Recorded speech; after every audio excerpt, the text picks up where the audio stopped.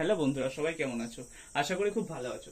আজকের এই ভিডিওর মেইন আলোচ্য বিষয় হচ্ছে আমরা আজকের এই ভিডিওতে স্ট্র্যাটেজি ফর মাধ্যমিক 2026 সেটা কিরকম ভাবে তোমরা করতে পারো সেটা নিয়ে আলোচনা করব। বেসিক্যালি আজকের এই ভিডিওতে আমি তোমাদেরকে বলবো তোমরা কিভাবে 650 প্লাস স্কোর করতে পারবে মাধ্যমিকে, সেটা নিয়ে আলোচনা করব। তো আজকের এই ভিডিওটাকে আমি কয়েকটি পার্টে ভাগ করার চেষ্টা করেছি, ঠিক আছে? দেখো, তোমাদের মাধ্যমিকে টোটাল কটা সাবজেক্ট? তোমাদের টোটাল মাধ্যমিকে হচ্ছে 7টা সাবজেক্ট। তো 7টা সাবজেক্টে তোমাদের হচ্ছে 90 মার্কস হচ্ছে থিওরি আর 10 মার্কস হচ্ছে প্র্যাকটিক্যাল। সো তোমাদের টোটাল 100 মার্কস, তার মানে 7 ইন্টু 100 তোমাদের টোটাল 700 মার্কসের পরীক্ষা। এবারে তোমরা যদি প্রত্যেকটা সাবজেক্টে তোমাদের যদি 95 করে টার্গেট থাকে, তাহলে 95 ইন্টু 7 তোমরা 665 আরামসে স্কোর করতে পারবে, ঠিক আছে? তো এবারে আসি তোমরা কিভাবে 6 পড়লে 665 স্কোর করবে।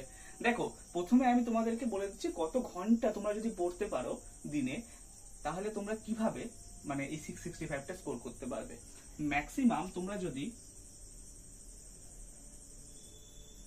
10 to 12 আওয়ার্স পড়তে পারো, তাহলে এই মার্কসটা করা কোনোটা মানে খুব একটা কঠিন ব্যাপার না। এটা খুব ইজিলি তোমরা এই স্কোরটা আরামসে করতে পারবে। তো এবারে এই 10 এবং 12, 10 to 12 আওয়ার্সটাকে তোমরা কিভাবে ভাগ করবে। তোমাদের টোটাল 7টা সাবজেক্ট। কি কি 7টা সাবজেক্ট? হচ্ছে বেঙ্গলি, ইংলিশ, হিস্ট্রি, জিওগ্রাফি, তারপরে হচ্ছে তোমার ফিজিক্যাল সায়েন্স,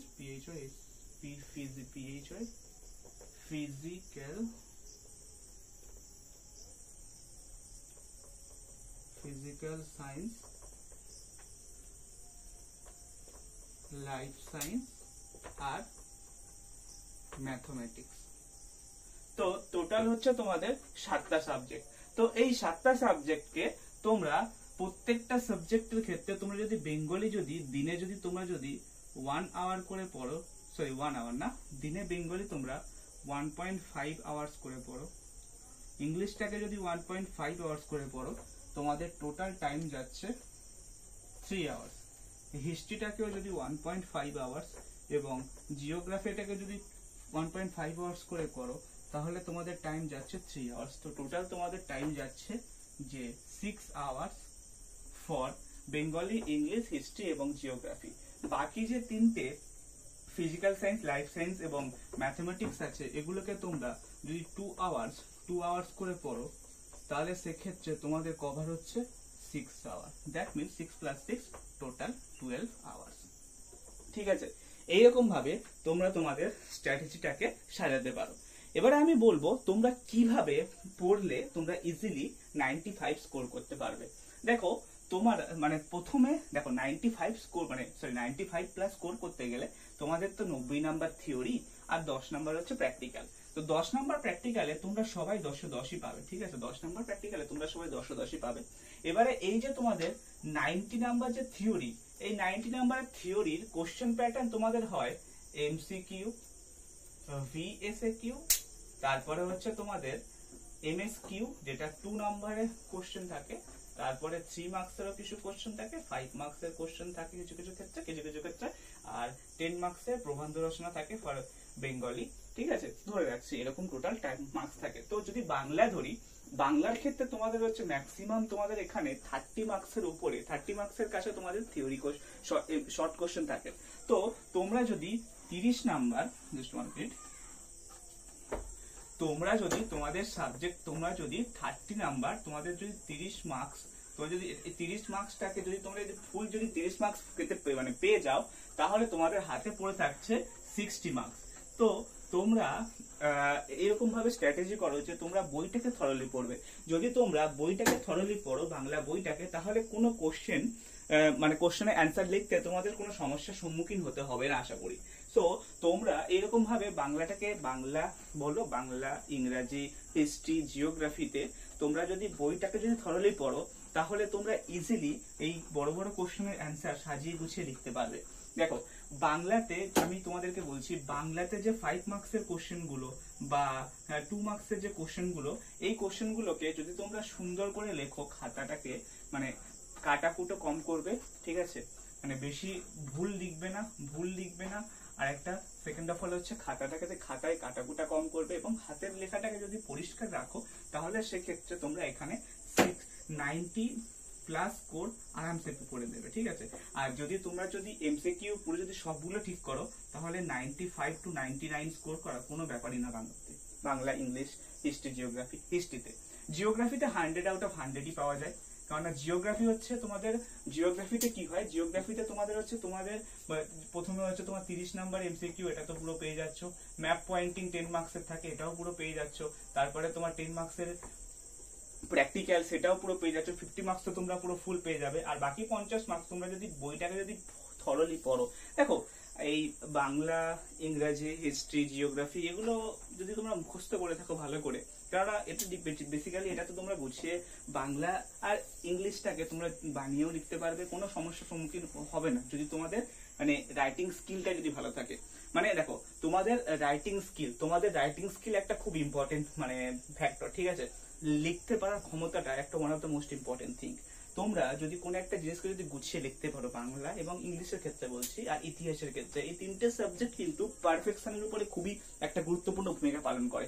তো কারণ হচ্ছে এগুলো তিনটে সাবজেক্ট হচ্ছে আর্টসের সাবজেক্ট, এবং আর্টসের সাবজেক্টে ভালো নাম্বার পেতে গেলে তোমাদের পারফেকশন হওয়াটা খুব মানে পারফেক্ট লেখাটা খুবই একটা জরুরি ব্যাপার। তো তোমরা যদি ভুলটাকে কম করে এবং তোমরা যদি পারফেক্ট ওয়েতে যদি খাতাটাকে সাজাতে পারো তাহলে তোমরা 95 প্লাস স্কোর আরামসে করতে পারবে, ঠিক আছে। এবারে তোমাদের লেখার স্ট্র্যাটেজিটাকে এরকম রাখবে যে খাতাটাকে সুন্দর করে লিখবে, আর পুরো এরকম প্যারাগ্রাফ না লিখে পয়েন্ট করে যদি লেখো, মানে একটা প্রথমে হচ্ছে ইন্ট্রোডাকশনের পরে তারপরে পয়েন্ট করে কিছু পয়েন্ট দিয়ে পুরো কোশ্চেনটা লিখলে তারপরে কনক্লুশন। তুমি যদি এরকম ভাবে সুন্দর করে গুছিয়ে লেখো তাহলে ফুল মার্কসের মধ্যে 5 এর মধ্যে তোমরা 4.5 আরামসে পেয়ে যাবে, ঠিক আছে। তো কোনো সমস্যার সম্মুখীন অনেক টিচার যারা আছে তারা 5-এও দিয়ে দেয়। তো এটা গেল কিভাবে তোমরা বাংলা, ইংলিশ আর হচ্ছে তোমার হিস্ট্রিতে 95 প্লাস স্কোর করতে পারবে। জিওগ্রাফি হচ্ছে তোমরা পুরো জিওগ্রাফিক বইটাকে যদি তুমি পুরো ঠোঁটস্থ করে রাখো, দেখো বইয়ের ভার্সন তো জাস্ট 100 to 150 পেজ, তারও বেশি না, 100 পাতার বই। তো বইটাকে যদি তোমরা যদি পুরো ঠোঁটস্থ করে রাখতে পারো বইটাকে, তাহলে কি হবে, তোমাদের কোনো এমসিকিউ তো বাঁধবে না ফার্স্ট অফ অল। আর তোমাদের যে 2 মার্কসের কোশ্চেন, 5 মার্কসের কোশ্চেন যেগুলো থাকে সেগুলো তোমরা ইজিলি অ্যান্সার করতে পারবে। আর ম্যাপ পয়েন্টিংটা যদি তোমরা যদি ভালো করে থরলি মানে ভালো করে যদি প্র্যাকটিস করে দেখো ম্যাপ পয়েন্টিং, তাহলে সেখানে তোমরা ফুল মার্কস পেয়ে যাবে। তো কাজেই জিওগ্রাফিতে 100 আউট অফ 100 স্কোর করা কোনো ব্যাপারই না। তো এবারে আসছি ভৌত বিজ্ঞান, জীবন বিজ্ঞান এবং ম্যাথ মানে অঙ্ক নিয়ে। এবারে প্রথমে আসছে জীবন বিজ্ঞানের লেখাটাকে তোমরা কিভাবে লিখবে তার আগে আমি তোমাদেরকে একটা জীবন বিজ্ঞানে যদি 100 আউট অফ 100 পেতে চাও তাহলে তোমরা কিভাবে লিখলে জীবন বিজ্ঞানে 100 আউট অফ 100 পাবে। প্রথমে তোমাদের আছে এমসিকিউতে তোমরা যদি জীবন বিজ্ঞান বইটাকে যদি পুরো খুঁটিয়ে পড়ো তাহলে এমসিকিউতে ফুল মার্কস আরামসে পেয়ে যাবে। তারপরে আসছে তোমাদের প্রজেক্টে 10 নাম্বার, 10 তোমরা পেয়ে যাবে। এবারে যে 60 নাম্বার যে তোমাদের বড় কোশ্চেন থাকবে তার মধ্যে 2 মার্কসের কোশ্চেন থাকবে, 3 মার্কসের কোশ্চেন থাকবে, 5 মার্কসের কোশ্চেন থাকবে। কিছু চিত্র ড্র করতে দিতে হয়। দেখো আমি তোমাদেরকে বলছি 2 মার্কস আর 3 মার্কস যদি তোমরা যদি সবটাতে যদি ফুল মার্কস পেতে চাও তাহলে সেক্ষেত্রে যে সমস্ত কোশ্চেন গুলো থাকবে সেই সমস্ত কোশ্চেন গুলো point to the point answer লিখবে এবং তার সাথে ডায়াগ্রাম ড্র করবে, ঠিক আছে। ডায়াগ্রাম ড্র যদি করো, এই 2 নম্বরের কোশ্চেন এবং 3 নম্বরের কোশ্চেনে ডায়াগ্রাম না থাকলেও যদি ডায়াগ্রাম ড্র করে যদি জিনিসটাকে বুঝিয়ে দাও তাহলে কি হয়, পুরো ফুল মার্কস তোমরা এখানে আরামসে পেয়ে যাবে। আর 5 মার্কসের তোমাদের সাজেশন তো এমনি পেয়ে যাও, তোমরা মানে পেয়েও যাবে জীবন বিজ্ঞানে যে কোন ডায়াগ্রামটা এবারে আসতে পারে, কোনটা ইম্পর্টেন্ট। সো কাজেই জীবন বিজ্ঞানে 100 আউট অফ 100 স্কোর করা কোনো মানে টাফ ব্যাপার না। জীবন বিজ্ঞানে আমি 96 পেয়েছিলাম কারণ আমার 4টে এমসিকিউ ভুল গেছিল। তো ওই রকম এমসিকিউ কিন্তু এই যে এমসিকিউ 30 মার্কস এটা একটু ভালো করে নজর রাখবে। বইটাকে যত বেশি খুঁটিয়ে পড়বে, ওই জন্য বললাম 10 থেকে 12 ঘন্টা তোমাদের পড়তে, যত বেশি পড়বে বইটাকে খুঁটিয়ে ততই তোমার হাই চান্সেস থাকবে ম্যাক্সিমাম স্কোর করার। এবারে আসছি ফিজিক্যাল সায়েন্সে। দেখো ফিজিক্যাল সায়েন্সে 95 to 100 স্কোর করা খুব একটা কঠিন ব্যাপার না যদি তোমরা বইটাকে পুরো সুন্দর করে পড়ে থাকো, ঠিক আছে। আর প্রত্যেকটা কনসেপ্ট যদি তোমার যদি ক্লিয়ার হয়ে থাকে, জীবন বিজ্ঞানে কিন্তু ভৌত বিজ্ঞানে কিন্তু কনসেপ্ট ক্লিয়ার হওয়াটা কিন্তু খুবই one of the most important thing, ঠিক আছে। ভৌত বিজ্ঞানে কনসেপ্ট ক্লিয়ার করাটা one of the most important thing. তোমার যদি কনসেপ্ট যদি ক্লিয়ার থাকে তাহলে তোমার কোনো সমস্যার সম্মুখীন হতে হবে না। যেই রকম টাইপের কোশ্চেন দিক না কেন তোমরা আরামসে করে নিতে পারবে। এবারে এখানে একটা one of the most important thing তোমরা মাথায় রাখবে, প্রথম তো তোমাদের 30 নম্বর এমসিকিউ আছে, তো আছে এমসিকিউতে ফুল আউট অফ এমসিকিউতে 100% স্কোর সবাই করে, কারণ যে বইটা যদি থরলি পড়ে। তারপরে 10 নম্বর তোমাদের হচ্ছে যে প্রজেক্ট থাকে, প্রজেক্টও তো তোমরা পেয়েই যাবে। আর এবারে আসছি তোমাদের জীবন বিজ্ঞানের কোশ্চেনের টাইপ কেমন হয়। দেখো 2 টাইপস অফ কোশ্চেন হয়, একটা হচ্ছে application type question, application type question, আর আরেকটা হচ্ছে ডাইরেক্ট কোশ্চেন। ঠিক আছে, ডাইরেক্ট কোশ্চেন। এবারে এই ডাইরেক্ট কোশ্চেন মানে কি? ডাইরেক্ট কোশ্চেন হচ্ছে সংজ্ঞা ডাইরেক্ট সংজ্ঞা দিতে পারে, অথবা সেই সংজ্ঞার সাথে ঘুরিয়ে কিছু কোশ্চেন দিতে পারে। এবারে অ্যাপ্লিকেশন টাইপ কোশ্চেন হচ্ছে এরকম টাইপ কোশ্চেন, আর একটা হচ্ছে প্রবলেমেটিক কোশ্চেন, প্রবলেমেটিক টাইপ। এবারে অ্যাপ্লিকেশন টাইপ কোশ্চেন হচ্ছে এরকম টাইপ কোশ্চেন, যেমন আলোর কনসেপ্ট, চলতরিতের কনসেপ্ট, তারপরে তোমার পর্যায় সারণীর কনসেপ্ট, এই 3টে চ্যাপ্টারের উপরে বেসিক্যালি অ্যাপ্লিকেশন টাইপ কোশ্চেন দেয়। এগুলো কি হয়, তোমাদের যে কনসেপ্ট, যেমন আলোর ক্ষেত্রে হচ্ছে আলোর বিক্ষেপণ, আলোর বিচ্ছুরণ, তারপরে আলোর প্রতিসরণ, আলোর প্রতিফলন, এগুলো প্রিজমের মধ্যে দিয়ে প্রিজমের মধ্যে দিয়ে আলোর বিক্ষেপণ, যেটা এই বিচ্ছুরণ, এইগুলোর উপরে কনসেপচুয়াল কোশ্চেন দেয়। যেমন হচ্ছে তোমার দিনের বেলায় আকাশের রং নীল দেখায় কেন, রাতের বেলায় গোধূলি বেলায়, যখন গোধূলি কাল তখন আকাশের রংটা ফ্যাকাশে লাল হয়ে যায় কেন, এই টাইপ অ্যাপ্লিকেশন টাইপ কোশ্চেন তোমাদের থাকে। ঠিক আছে, 3 মার্কসের ক্ষেত্রে এগুলো বেশিরভাগ থাকে। এগুলো কি করবে, এই যখন অ্যাপ্লিকেশন টাইপ কোশ্চেন লিখবে না, তখন প্রথমে মানে কোশ্চেনটা সুন্দর করে ব্যাখ্যাটা দেবে, তারপরে কেন হচ্ছে সেটা লিখবে, তারপরে হচ্ছে এবারে লিখবে যে এটার পিছনে মানে রিজনটা লিখলে এবারে এটা এই জন্যই হচ্ছে। ঠিক আছে, এটাকে সুন্দর করে গুছিয়ে একটা কনক্লুশন লিখবে, তাহলে কি হয় জিনিসটা একটা সুন্দরভাবে দেখায় অ্যাপ্লিকেশন টাইপ কোশ্চেন। এবং এখানে কোন ধর্মটার জন্য এই অ্যাপ্লিকেশনটা, কোন ধর্মটার জন্য এই ঘটনাটা ঘটছে সেটাকে ভালোভাবে উল্লেখ করবে, তাহলে দেখবে এখানে তোমরা ফুল মার্কস পাবে।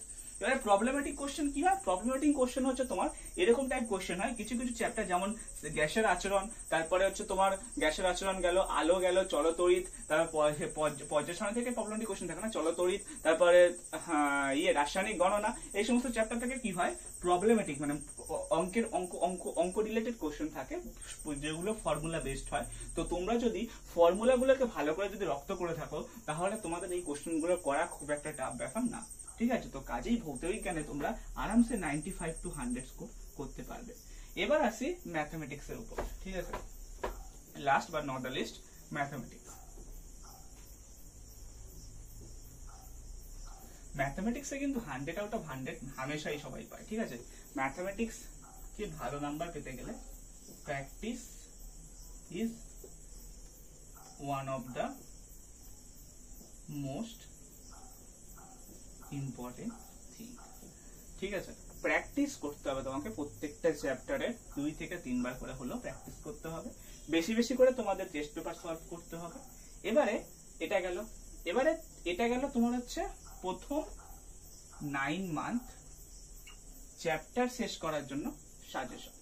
এবারে যখন তোমাদের 9 মাস হয়ে গেল, 9 মাস হয়ে যাওয়ার পরে যখন তোমাদের টেস্ট পরীক্ষা আসবে, টেস্টের আগের মাস থেকে তোমরা শুরু করবে তোমাদের রিভিশন। ঠিক আছে, এবারে রিভিশনটাকে তোমরা কি করে করবে,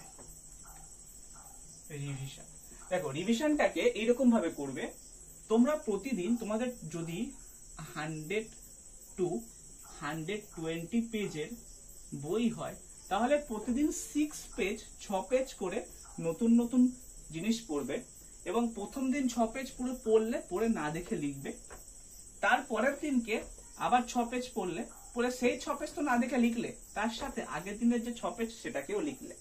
এইরকম ভাবে কন্টিনিউয়াসলি যদি তোমরা যদি রিভিশন করতে থাকো, বিশেষ করে এটা বলছি বাংলা, ইংরাজি, ইতিহাস আর ভূগোল, এই 4টে সাবজেক্ট যদি এইটা তুমি ফলো করতে পারো, তাহলে কিন্তু 95+ স্কোর আরামসে করতে পারবে।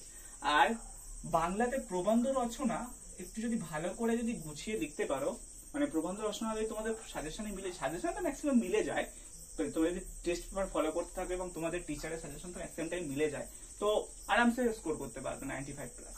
আর ফিজিক্যাল সায়েন্স, লাইফ সায়েন্স আর ম্যাথমেটিক্স, এই 3টে তোমাদেরকে রেগুলার বেসিসে প্র্যাকটিস করতে হবে, আর মিনিমাম 10 to 20 এক্সাম দিতে হবে, এবং টেস্ট পেপার কোশ্চেন সলভ করতে হবে, test paper sample question solve করতে হবে, স্যাম্পল কোশ্চেন সলভ করতে হবে। তাহলে দেখবে কোশ্চেন তোমাদের কাছে কমন চলেই আসবে। দেখো কোশ্চেন তো আর তোমার বইয়ের বাইরে কোনো কোশ্চেন হবে না। যদি বইটাকে তোমরা খুঁটিয়ে পড়তে পারো তাহলে তোমাদের কাছে 95 স্কোর করা কোনো ব্যাপারই না। আর বেশিরভাগ যদি তুমি যদি 50টা যদি টেস্ট মানে 50টা যদি স্যাম্পল কোশ্চেন সলভ করতে পারো টেস্ট পেপারে, মানে এবিটিএ, ডাব্লিউবিটিএ, ডাব্লিউবিএইচএ, তো কোনো মানে সমস্যার সম্মুখীন তোমরা হবে না আশা করি। তো এটাই হলো বেসিক্যালি স্ট্র্যাটেজি যে তোমরা কিভাবে 650 প্লাস স্কোর করতে পারবে। তো এই স্ট্র্যাটেজিটাকে যদি তোমরা 100% ফলো করো তাহলে তো তোমরা 650 to 700 এর মধ্যে স্কোর করবে। আর যদি 90 to 95% ফলো করো তাহলে 650 এর কাছাকাছি স্কোর করবে। আর যদি 75% ফলো করো তাহলে হচ্ছে তোমার 620 to 650 এর মধ্যে স্কোর করে দেবে আরামসে। মানে 600 প্লাস তো স্কোর করেই দেবে যদি তোমরা 75% ফলো করো। আর যদি পুরো 100% ফলো করো তাহলে তো 650 প্লাস স্কোর তো তোমাকে করতে হবে, হতে বাধ্য। ঠিক আছে, এটা হচ্ছে আমাদের একটা স্ট্র্যাটেজি। আর আরেকটা সবসময় মনে রাখবে যে এই স্ট্র্যাটেজিটাকে না মূল মন্ত্র বানিয়ে রাখবে। আর তোমরা যখন কোনো সাবজেক্ট পড়বে, সাবজেক্টটাকে একটু গুছিয়ে সুন্দর করে পড়বে যাতে সেকেন্ড টাইম সেটাকে রিভিশন করার সময় কোনো সমস্যার সম্মুখীন না হতে হয়। ঠিক আছে, এটাই ছিল আজকের ভিডিও। আর যে সমস্ত বন্ধুরা চ্যানেল নতুন তারা অবশ্যই মানে ভিডিওগুলো দেখো। আর যদি মনে হয় যে কিছু ভুল বলছি তাহলে অবশ্যই কমেন্টে জানাবে কি কোথায় ভুল বলছি, তাহলে আমি ক্লিয়ার করার চেষ্টা করবো, জিনিসটাকে রেকটিফাই করার চেষ্টা করবো, করে নতুন ভিডিও আপলোড করবো এই জিনিসটার উপর। তো আশা করি তোমাদের কোনো সমস্যার সম্মুখীন হবে না তোমরা। ঠিক আছে, তো তোমাদের সাথে দেখা হবে নেক্সট ভিডিওতে। ততক্ষণের জন্য টাটা। আর যে সমস্ত বন্ধুরা চ্যানেল নতুন তারা অবশ্যই চ্যানেলটিকে সাবস্ক্রাইব করো এবং বেঙ্গলি ইঞ্জিনিয়ারের পাশে থেকে বেঙ্গলি ইঞ্জিনিয়ারকে গ্রো করতে সাহায্য করো। তো দেখা হচ্ছে তোমাদের সাথে নেক্সট ভিডিওতে। ততক্ষণের জন্য